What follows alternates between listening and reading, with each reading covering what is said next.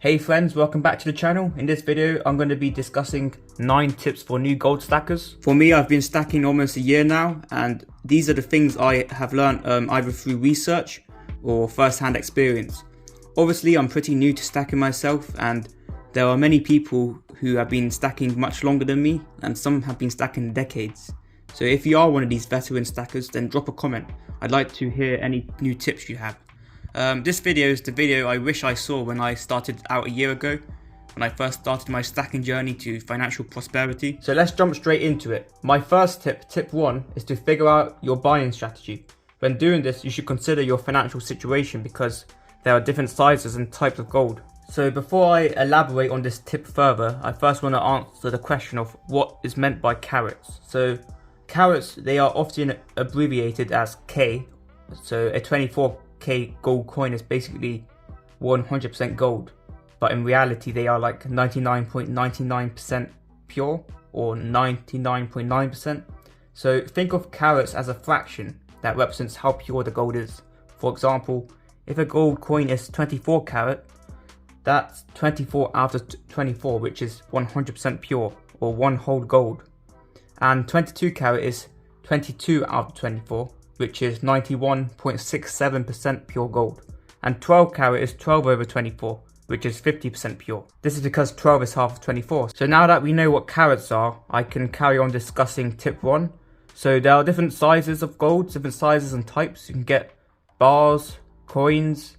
You can get bars in sizes of 1 gram, 2.5 grams, 5 grams, 10 grams, 1/2 ounce gold bars, and 1 ounce gold bars, and so on. And with coin sizes, you can get odd weight coins such as sovereign or half sovereign, and you can also get 1/10 ounce gold coins, 1/4 ounce gold coins, 1/2 ounce gold coins, and 1 ounce gold coins. So there's a lot of sizes to pick from, and you can pick between bars or coins. So when coming up with your buying strategy, it's important to take into account your affordability. How much can you invest on a regular basis? Because there's different sizes and types of gold, as we just discussed. So it's important to have a time frame in mind. Are you going to invest on a monthly basis? Are you going to invest every 3 months? Or simply just whenever you have enough to buy gold? So one of the main things to consider is premiums, because typically on smaller coins, premiums are larger than larger coins. If you're fairly new to gold, you might be wondering what is meant by the term premium. So premium is the percentage over the spot price, and the spot price is just the live price of gold that is global. It's the global live price of gold that everyone should know. So for example, a 1 ounce gold Britannia may be selling on a dealer website for 15.80, but the spot price may be 15.15. So if you do some calculations, we can figure out that that's 4.2% over spot price, or in other words, you're paying a 4.2% premium on that. Whereas a 1/10 ounce gold Britannia may be selling for £184, but the spot price divided by 10 is £151. That's a 21% premium. The higher the premium, the less gold you get for your money. In the long run, you'll end up with less gold than if you just bought 1 ounce gold coins. Bars are typically lower premium than coins in general, but sometimes bars can be higher priced than gold coins.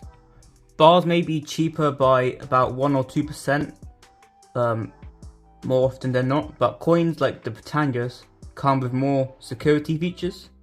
And the reason security features are important is because the more security features a gold coin has, the harder it is to copy or fake that coin.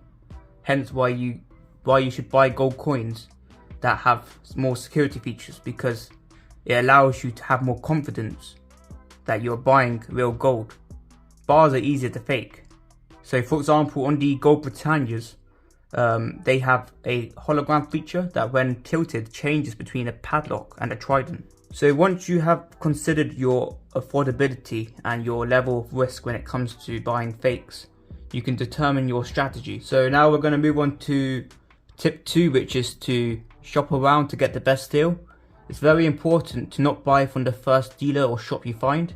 You'll find that prices can vary massively across different dealer websites and coin shops. When shopping around different dealer websites, it's important to make sure to check the customer reviews of that dealer. and also check if they have free delivery, because there's no point to get a cheaper price if they don't have free delivery and they have bad customer reviews. So we're going to move on to tip 3 now, which is to store your gold smartly. Once you have your gold, you need to think about how you will store it securely. First of all, you need to make sure you have strong safes, either with a key or code. You also want to make sure that your safes are bolted down to the building. The best way to store gold is by storing it in multiple places. That way, if someone does steal your gold, they won't be able to steal all of it at once. To prevent this happening in the first place, the locations you choose to hide your gold will matter most. So avoid hiding gold in stereotypical places like in drawers or under the bed. The potential places you can hide your gold are under floorboards, in the walls, and anywhere thieves wouldn't expect it to be. So storing your gold in airtight capsules and tubes will also keep them in mint condition, making it easier to sell when it comes to selling these coins. So for additional protection, you should also use gloves when handling your coins. I know right now I'm not, but that's because I'm not as protective, but it depends on your level of protection. How well do you want to keep your coins in top condition? So having gloves when handling your gold outside of capsules is a good way of keeping your coins in top condition, so that it's easier when it comes to selling. So tip 4 is to consider your long-term plan. Before getting into gold, you need to consider what your long-term plan is. How many ounces of gold do you want to stack? How many ounces of gold is enough for you? Do you ever plan to sell, and when do you plan to sell? Also consider, what will you buy when you sell? Will you buy real estate? Will you buy stock market shares? Or will you buy crypto? What will you be converting your gold into?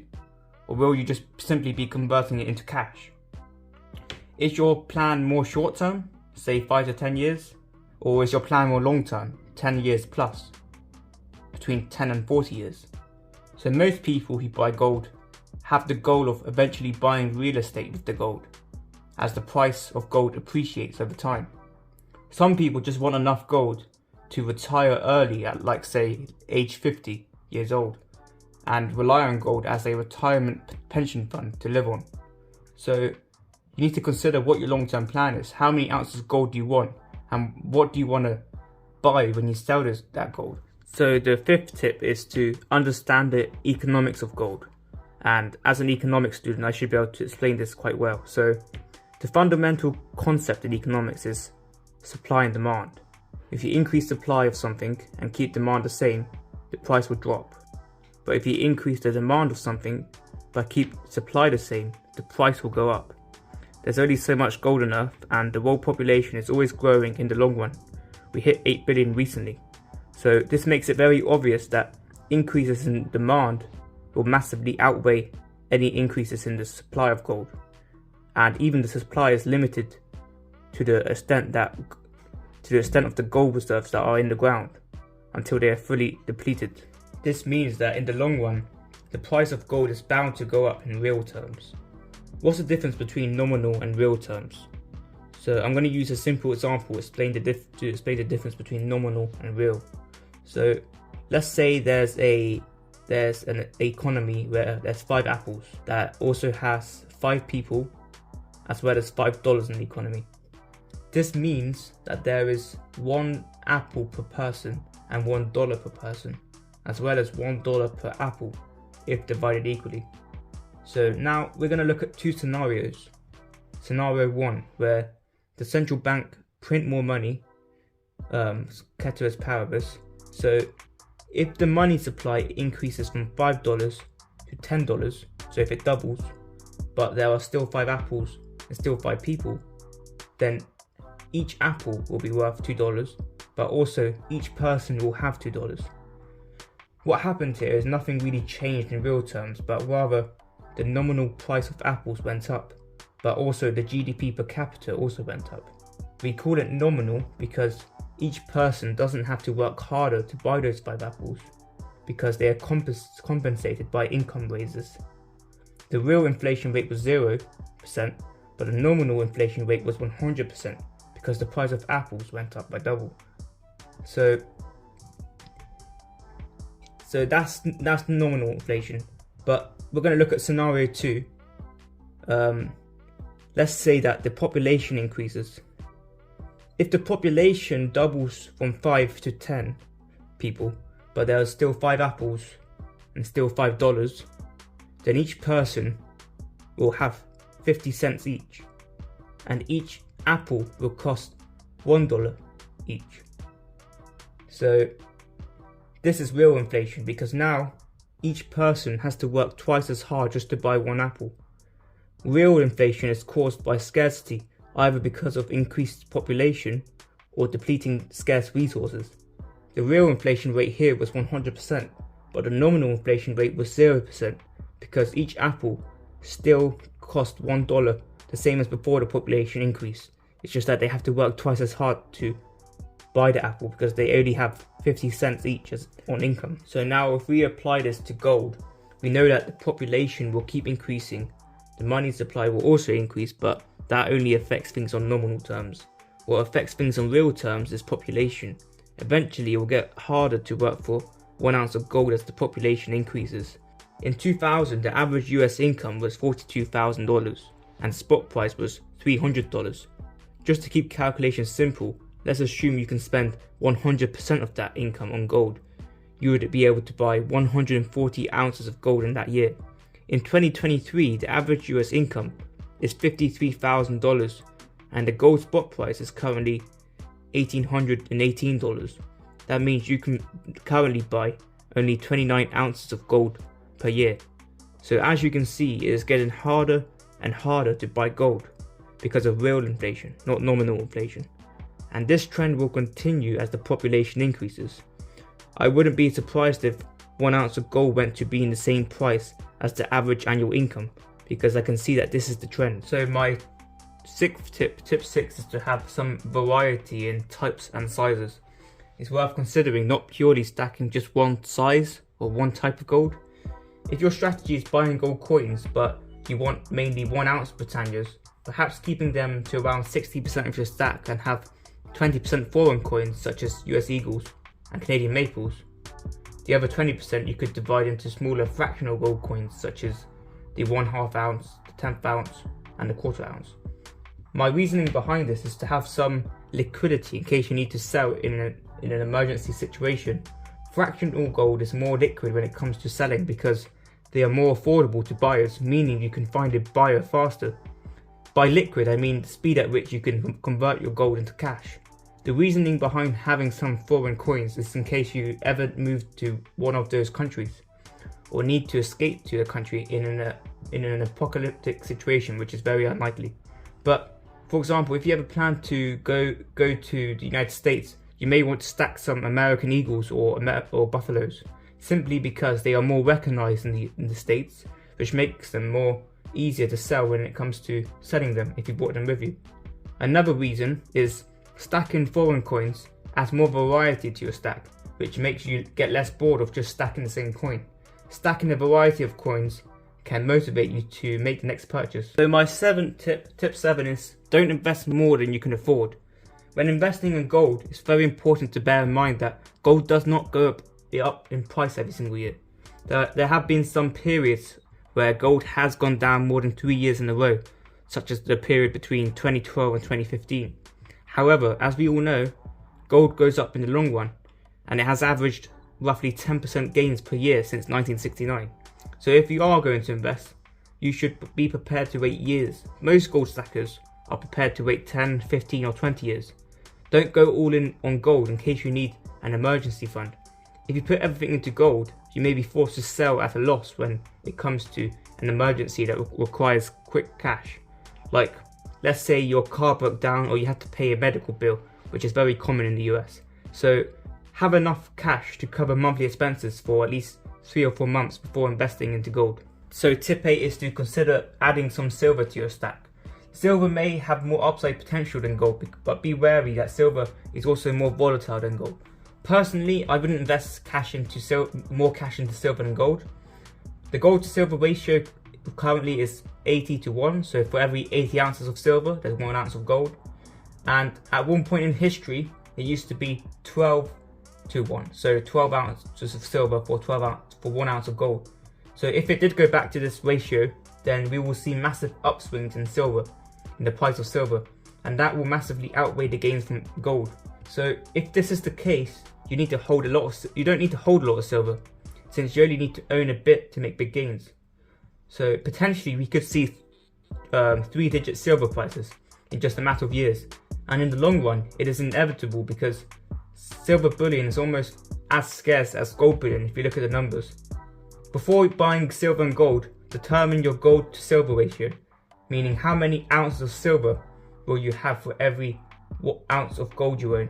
For me, it is 5 ounces of silver for every 1 ounce of gold. Some people have 20 to 1, some people have 100 to 1, and some people have 500 to 1.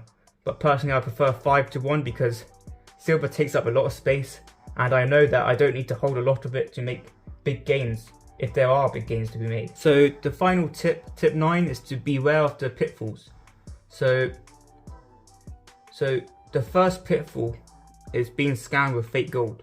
To avoid being scammed with gold, it's best to get a Sigma gold tester, which can be expensive, or simply just buy gold that has the most security features which make it hard to fake, such as the Britannias. Also, make sure to purchase gold from reputable dealers who have a lot of positive customer reviews, but be aware of buying on eBay, Facebook and Gumtree as well. This is where most of the scams will be taking place. And the other pitfall is being overcharged for numismatic coins, so-called numismatic coins.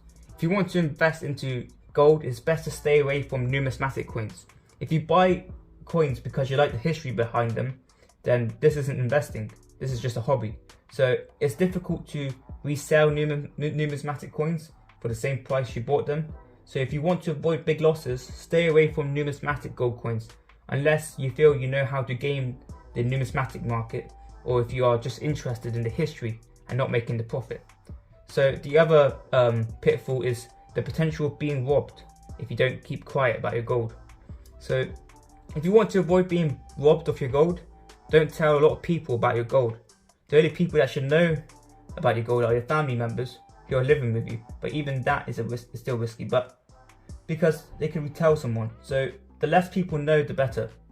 But also having good storage security would help in preventing any theft. Store your gold in smart and secret locations and in strong locations, and have it bolted down as well. So that's the last tip. I hope you enjoyed this video. If you did, please hit the like button and subscribe button, and I'll see you tomorrow.